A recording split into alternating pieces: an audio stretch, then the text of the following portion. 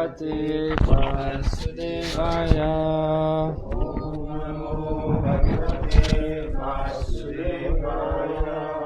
Om Namo Bhagavate Vasudevaya. Om Namo Bhagavate Vasudevaya. Om Namo Bhagavate Vasudevaya.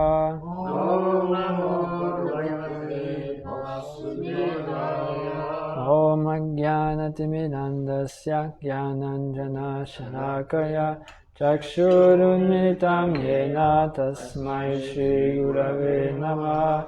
Shri Chaitanya Manobhishtam Stapitam Yena Bhutale Swayam Rupa Kadamayam Dadhati Svapadantikam. Nama Om Vishnupadaya Krishna Preshtaya Bhutale Srimate Bhaktivedanta Swami Iti Namine. Namaste Saraswati Devi Gauravani Pracharine Nirvishesha Shunyavadi Paschatya Deshatarine. Jaya Shri Krishna Chaitanya Prabhu Nityananda Shri Advaita Gadadara Shivasati Gaura Bhaktavrinda. Hare Krishna Krishna Krishna Hare Hare Hare Rama Rama Rama Hare Hare. Vanchakalpatarubhyascha kripa sindhubhya eva cha patitanam pavanebhyo vaishnavebhyo namo namaha.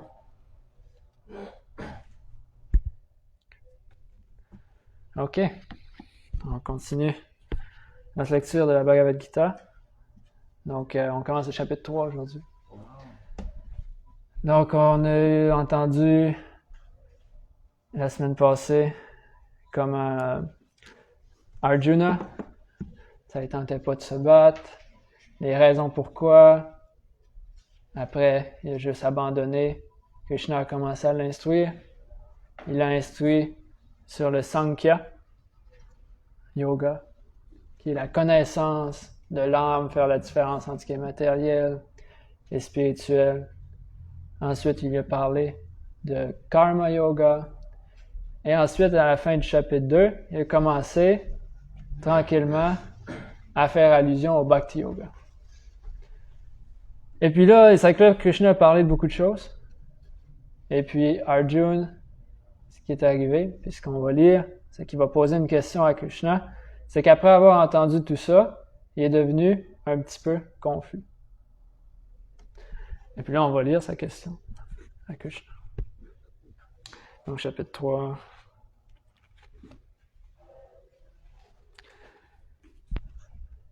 Arjuna uvacha jayasi chet karmanaste matha buddhir janardana tatkim karma nigore mam niya jayasi kaishava.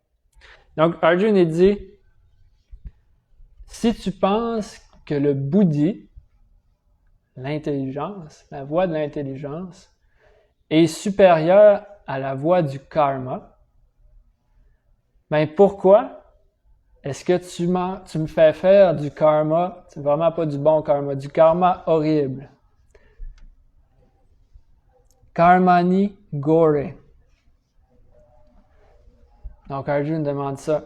Il dit, si tu dis que l'intelligence c'est mieux que la voie du karma, ben pourquoi tu me fais faire du karma? Puis pas simplement du karma, mais il dit karmani gore, du karma assez rough, de tuer du monde.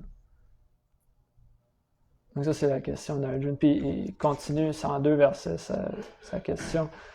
Il dit Vyami shrene vavakyena buddhim mohayasi vame tadekam vadanichitya yena shreyo am apnuyam. Il dit tes instructions équivoques ou tes instructions contradictoires troublent mon intelligence. Indique-moi donc, je t'en prie, de façon décisive, la voie qui me sera la plus favorable. Donc, il dit, on dirait que tu as parlé de deux affaires. Peux-tu juste me dire une affaire? Une affaire quoi? Tu as parlé de deux affaires un peu contradictoires. Tu as parlé de deux chemins. Tu as dit même qu'il y en a un qui est meilleur que l'autre. Mais là, tu me dis de faire l'autre. C'est que là, Arjuna est un peu mélangé. Et Krishna va commencer à lui répondre. Donc, on ne contemplera pas trop la question. On va plus aller dans la réponse. Puis après, ça va nous faire comprendre un peu la question, elle venait d'où. Puis bien sûr, c'est quoi la réponse de Krishna.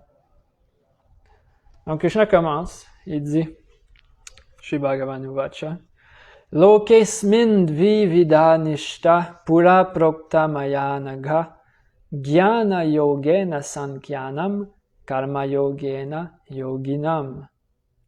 Donc Dieu, la personne suprême, répond, Ô Arjuna, toi qui es sans péché, je t'ai expliqué que deux sortes d'hommes tentent de réaliser le soi. Certains sont enclins à essayer de le comprendre par la spéculation philosophique empirique, d'autres par la pratique du service de dévotion. Donc ici, Krishna il dit, il y a deux chemins, il y a le chemin du Gyan puis il y a le chemin du karma. C'est ça qu'il a parlé dans le chapitre précédent. Il disait, il a donné du Gyan au premier, puis après ça, il a parlé du karma, Nishkam Karma Yoga. C'est que là, Krishna a dit, il y a le chemin de la connaissance, puis il y a le chemin de l'action. Donc là, qu'est-ce qu'on fait avec ça? Krishna dit, Na karmanam anarambham naishkarmyam purushošnute na chasanyasana deva siddhim samadhi gacchati.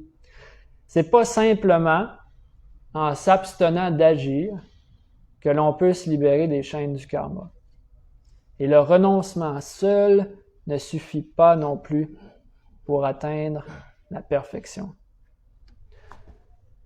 Donc là, il va commencer à décrire un peu les différences entre ces deux chemins-là.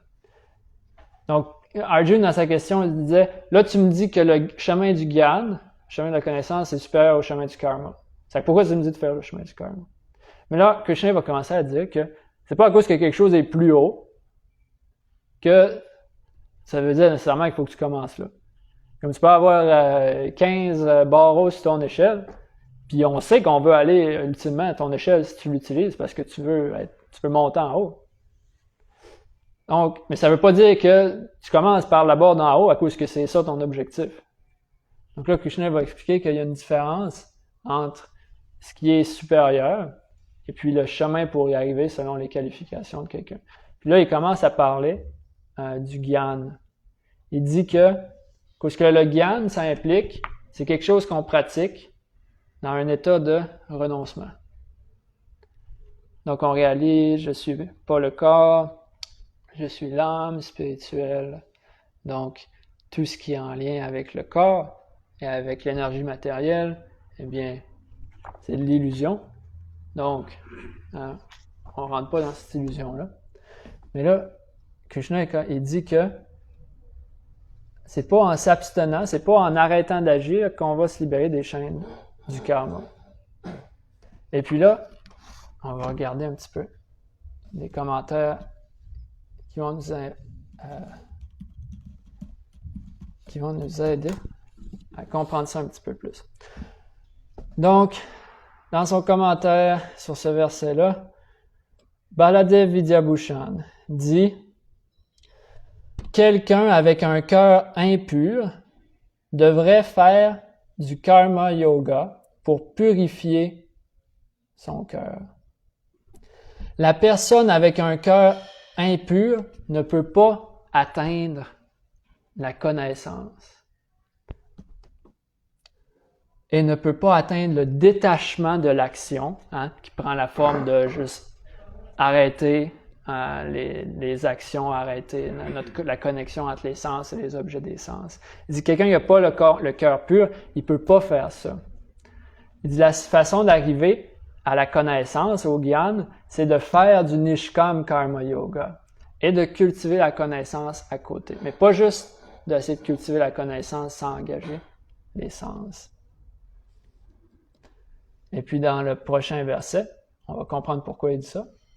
Parce que Krishna, il dit « Nahi kachit kshanam api jatu tishtat yakarma krit karyate yavasha karma sarva prakriti jair gune » Il dit, trouvez le verset,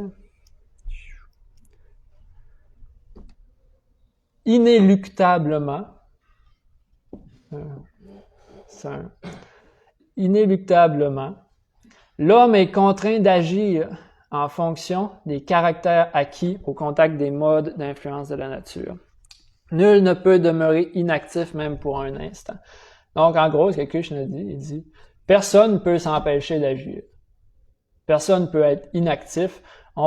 Il dit, on est forcé d'agir par Prakriti Jair Gune, par les gunas, par les différentes forces de l'énergie matérielle, les Prakriti, donc l'énergie matérielle. Ici, dans son commentaire, Baladev Vidyabhushan dit, c'est quelqu'un avec le cœur impur renonce d'agir. Mais, naturellement, il est forcé de recommencer à agir parce qu'une personne ne peut pas rester inactive. Bon, là, des fois, il y a une affaire, c'est que quand on est dans le chapitre 3 de la Bhagavad Gita, parce que là, on entend parler de karma, on entend parler de gyan, c'est que là, on se dit que pour les personnes comme nous qui pratiquons le bhakti, qui est considéré, qui est supérieur au karma et gyan, ben ces chapitres-là, ça n'a rien à voir avec nous autres, parce qu'on est sur la plateforme de la bhakti. Par contre, ce qu'on va comprendre, c'est que c'est très applicable. Parce que la bhakti, c'est quoi, ultimement? C'est du karma pur, du gyan pur. C'est agir de façon pure, c'est avoir de la connaissance parfaite. C'est ça que Krishna est décrit pratiquement par définition comme étant la bhakti. Il y a différents niveaux, on parlait la semaine passée, différents niveaux de karma. Le karma agit juste selon les impulsions de nos sens puis notre mental. C'est plus vikarma. Après, il y a sakam karma yoga. C'est que tu suis des injonctions des Écritures, mais tu le fais avec des désirs comme matériels. Puis après, graduellement, tu t'en vas plus dans ce qu'on appelle nishkam karma yoga. C'est que là, on se débarrasse du kam le plus possible, désir matériel. Puis on essaie d'agir en étant détaché. Puis après, on s'aperçoit que ultimement, on a toujours une motivation.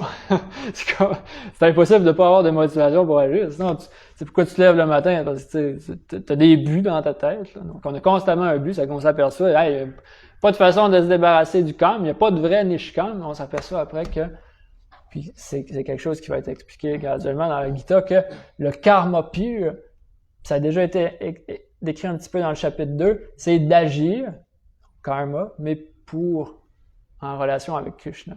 Donc ça, c'est le karma yoga pur qui est égal au bhakti yoga. Donc le bhakti yoga, c'est le karma pur, c'est le gyan pur. C'est la connaissance pure. Ouais. Si c'est une petite question. Vas-y. Je me demandais juste si hashtag aussi bhakti. Ça dépend à cause. Ashtanga, d'une certaine manière, si on prend, c'est du karma dans le sens que tu utilises. Karma, ça veut seulement dire agir. Tu le fais avec une certaine connaissance, donc avec un certain gyan. Mais le système comme d'Ashtanga Yoga est limité dans le gyan. Donc, il y a un certain gyan qui est là. Puis, ultimement, quand tu arrives à la perfection de ce système-là, tu es supposé monter dans le gyan. Mais après, il y a différents niveaux. Donc c'est comme quelque part dans cette échelle-là. Mais là, ouais, c'est ça. Donc, on va essayer de pas rentrer là-dedans. Mais, donc le point, c'est que pourquoi on disait ça? C'est parce qu'on pourrait lire ces chapitres-là et dire que ça n'a pas rapport avec nous ce qu'on fait. Mais on s'aperçoit que même dans la bhakti, étant donné qu'on commence la bhakti dans le 3e chant du Bhagavatam, Kapila-dev décrit qu'il y a de la bhakti, il y a de la dévotion à Dieu dans différents gunas. C'est pas que Alors, on commence à faire de la bhakti, puis après, comme boum, d'une seconde à l'autre, on est complètement pur. Étant donné qu'on fonctionne dans la transcendance, mais aussi sous l'influence de la nature matérielle, étant donné que le cœur n'est pas complètement pur, eh bien, ces versets-là que Krishna dit, ils sont très applicables aussi à la situation des bhaktas. Pas les bhaktas purs, mais les bhaktas qui sont sur le chemin du sadhana bhakti. Par exemple, comme on voit là, on pourrait, tu sais, mettons, si on a un ashram ici, dans le temple, si vous savez, il y en a même ici qui habitent là. Et puis, on s'aperçoit que si on amène n'importe qui, qu'on prend sur le bord de la rue, puis on lui dit, viens vivre dans cet ashram-là, puis lâche toutes tes activités matérielles. Puis, on va t'apprendre la connaissance de la Bhagavad Gita, du Srimad Bhagavatam, et on va t'engager dans la pratique spirituelle, finis toutes les activités matérielles. Qu'est-ce qui se passe? Eh bien, comme les commentaires le disent, puis les versets le disent, étant donné que la majorité des gens n'ont pas le niveau d'adhikar ou de qualification requis, eh bien, ils vont pas être capables de rester dans cet environnement-là, dans ce type de pratique-là, qui est un détachement complet des activités matérielles. Parce que Krishna dit, sans performer de Nishkam Karma Yoga, la personne ne purifie pas son cœur. Donc, naturellement, si on la sort des activités matérielles, eh bien, naturellement, étant donné que son cœur n'est pas assez purifié pour être sur une certaine plateforme de pratique et de sadhana, eh bien, naturellement, elle va retourner aux activités qu'elle fait. Ouais. Est-ce qu'elle va quand même faire du progrès, même si elle n'est pas pure? Oui, ben, il y a toujours un avantage. C'est sûr, c'est relatif à comment la personne est qualifiée pour faire ça. C'est sûr que si tu rentres quelqu'un qui a une bouteille de vin dans les mains, puis tu vas dire, n'importe qui met son pied ici, mais là, il commence juste à donner du trouble à tout le monde, ben là, tu sais, comme il était peut-être mieux de rester dehors, parce que là, non seulement tu l'aides pas à faire de l'avancement, mais peut-être bien que tu l'aides plus à aller vers le bas, à cause que là, il peut causer du trouble à ceux-là qui essaient sincèrement d'avancer spirituellement. Là, Krishna, il va pas être content de ça. Donc, c'est mieux. Pour son bien, puis pour le bien des personnes qui pratiquent le sadhana, de laisser cette personne-là à ses activités, mais d'essayer de l'aider de d'autres façons. Comme c'est pour ça que notre pratique principale, qui est la méditation sur les noms de Krishna, à travers le chant des noms de Krishna et l'écoute, eh bien, si on la pratique en public, eh bien, les gens peuvent entendre une vibration transcendantale et cette vibration-là rentre dans leur conscience et travaille un progrès. Ça fait tout de suite de la purification. Donc, on donne aux gens ce qu'ils peuvent prendre. Mais c'est ça, donc ces versets-là, c'est intéressant à cause que c'est quelque chose de très pratique. C'est quelque chose qu'on voit. Et puis, comme moi-même, j'ai été dans l'ashram pendant quelques années, puis après, je me suis aperçu que j'avais pas la disposition de rester dans cette situation-là pour faire de l'avancement spirituel. Comme il y a plein de gens qui ont joint ce mouvement-là et qui ont tout lâché, et puis qui ont fait de l'activité spirituelle non-stop. Puis on fait beaucoup de purification.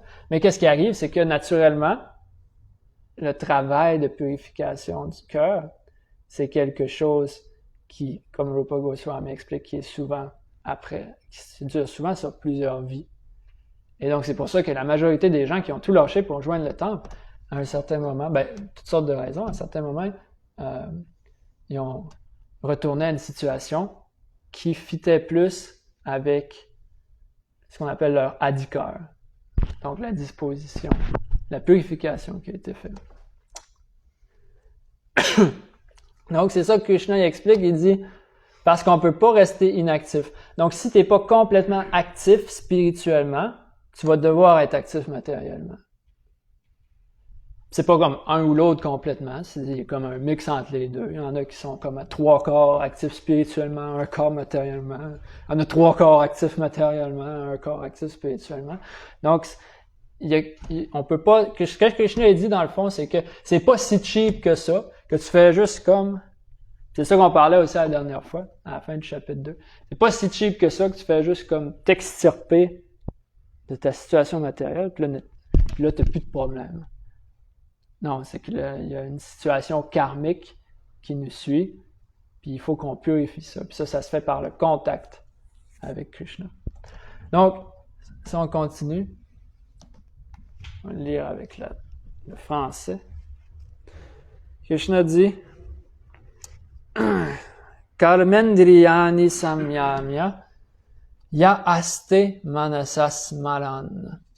Indriyartan vimudatma mityachara sa uchyate. Il dit celui qui retient ses organes sensoriels d'action, mais dont le mental s'attache encore aux objets des sens, s'illusionne indubitablement et n'est qu'un simulateur. Donc, on a eu un peu cet exemple-là aussi dans le chapitre 2 de la Gita, il y avait un verset un peu similaire. Donc, celui qui se retire complètement de sa situation matérielle, mais qui continue à méditer sur les objets des sens. Donc, Krishna dit que cette personne-là, c'est un mityachar, sa uchyate. Il dit, on appelle ça un mityachar. Donc, quelqu'un qui n'est pas honnête. Parce que, de façon extérieure, il prend les apparences de quelqu'un qui est engagé comme exclusivement dans la vie spirituelle, mais sa conscience médite sur les choses matérielles. Sur comment est-ce que je peux avoir du profit de ce que je suis en train de faire. Puis Prabhupada, il parle dans son commentaire des pseudo-méditateurs qui se vont, je sais pas, dans le bois, puis qui méditent, puis là, après, il y a du monde qui leur remarque « Ah, ça, c'est un grand spiritualiste », puis là, ils viennent, en tout cas, plus en Inde que ça. Puis là, ils viennent, puis là, ils offrent la richesse, whatever, puis donc, il acquiert une certaine position. Prabhupada, il dit « Better to be a sweeper in the street », c'est mieux balayer la rue en étant honnête que d'être un pseudo-yogi qui est malhonnête.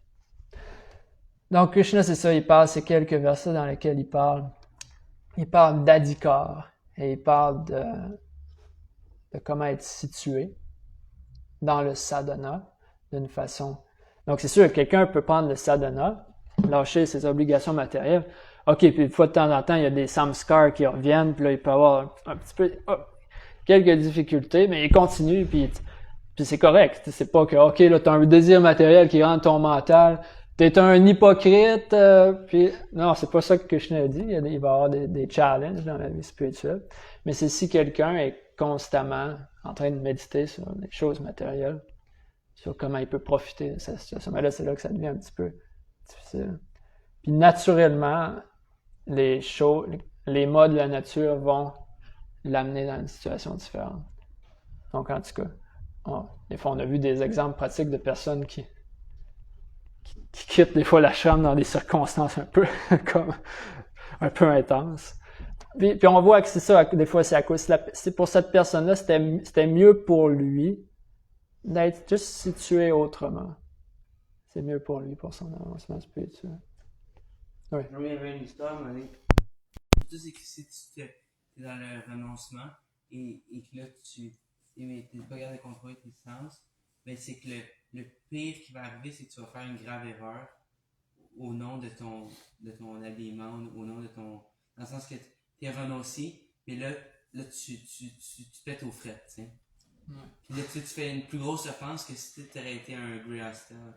Et il y en avait comme un exemple dans un festival que c'est un brahmachari que lui, c'est ça, il a décroché du campement de Hare Krishna, puis en tout cas, il est allé ailleurs, puis ça n'a pas marché, puis c'est comme un failure, mais comme... Ouais, non, c'est ça. C'est d'où l'importance d'être bien situé. Et puis, c'est correct aussi dans de changer de situation. Mais tu vois, quand tu es bien situé, puis tu te fais guider par ceux qui sont bien aussi situés sur le chemin, qui ont de l'expérience sur le chemin, ben, puis eux, ils peuvent te voir et te dire comme, t'es bien situé sur ce chemin-là, je pense que ton absorption est correcte, et puis donc continue sur ce chemin-là. Et ça évite, c'est de se faire bien guider. En fait, c'est ça qui évite justement comme des fois des situations un peu intenses dans lesquelles les personnes se font ramener par les mots de la nature. Mais en fait, il était déjà sous les mots de la nature, mais il y a un arrangement de circonstances qui font que là, leur situation externe se rallie avec leur situation interne, qui avait toujours été sous les mots de la nature. Puis des fois, ça fait comme des scènes comme plus ou moins agréables à regarder. D'où l'importance. Il y avait une situation, j'ai eu une histoire que c'est l'inverse. C'est un brahmachari bien situé, puis ses autorités lui ont conseillé de se marier parce que il trouvait de leur point de vue qu'il allait pas bien dans son ashram de renoncer. Mais lui, il se sentait bien. Mais au final, c'est qu'il s'est marié, mais ça ne tentait pas de se marier. Donc, il passait pas de temps de qualité avec sa femme, il entretenait pas son couple. Fait que ça flippe, tu sais. Fait que il y a ça aussi. Ouais, ben c'est ça. En même temps, il faut savoir de qui on prend des conseils. Vas-y, À cause que des fois, c'est ce qui arrive aussi, c'est qu'il peut.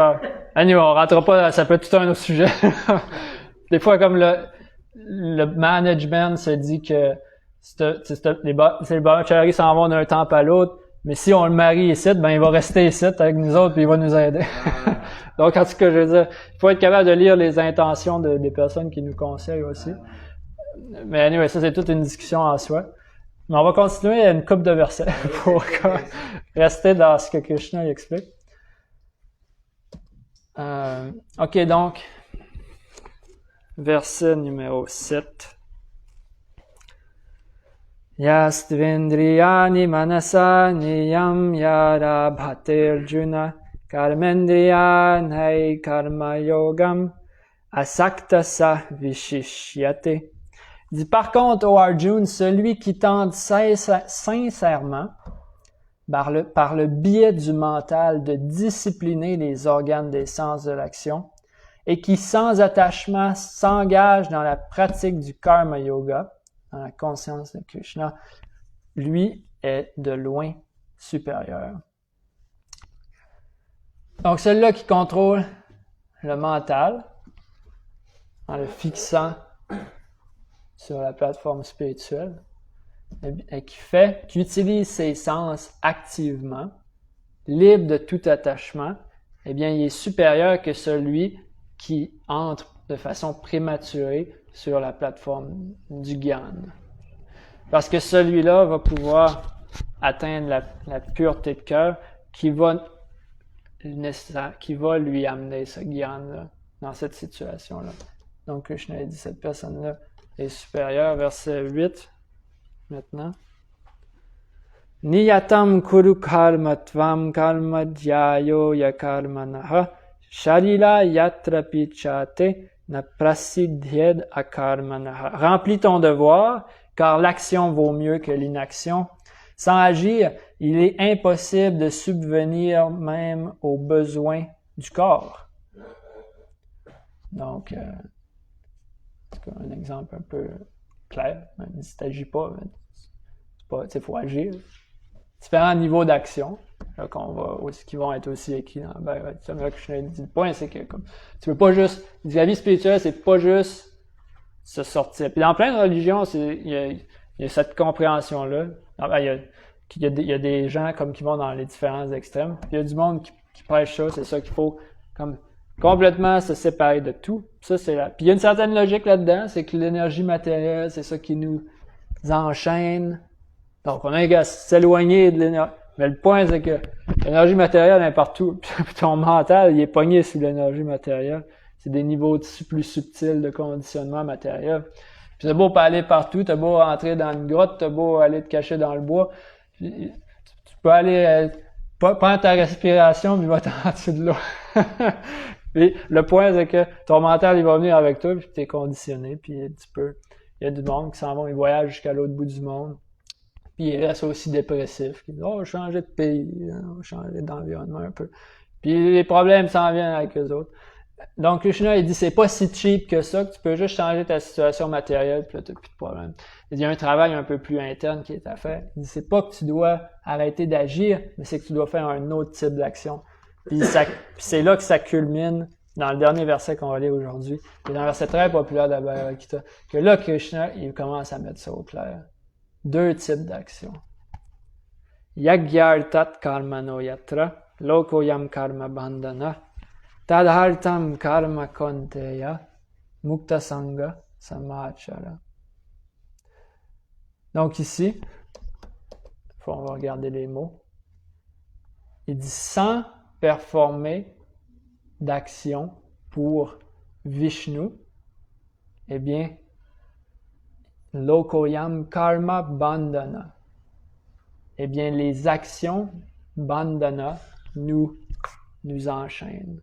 Il dit celui-là qui ne performe pas ses actions pour Vishnu, donc pour Krishna, pour Dieu, eh bien, ces personnes-là, leurs actions les enchaînent. Par contre, il dit tad artam karma konteya mukta sangha samachara. Donc, si tu agis en karma, tad artam, pour lui, pour ce qu'il veut, pour son désir de Dieu, eh bien, vous connaissez ce mot-là, mukta. Et mukta sangha. Sangha, c'est quoi? Association. Donc, l'association entre les sens et l'énergie matérielle, elle est libérée. Donc, on est libéré, on agit. C'est des actions qui nous libèrent.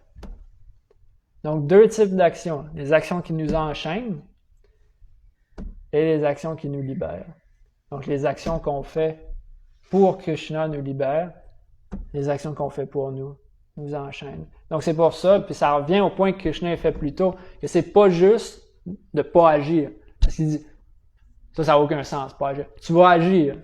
Comprends ça, comprends que tu vas agir. Puis là, un coup que tu as compris ça, là, il y a 2 types d'actions. Parce qu'on parlait aussi, c'est quoi Nishkam Karma? Ça n'existe pas.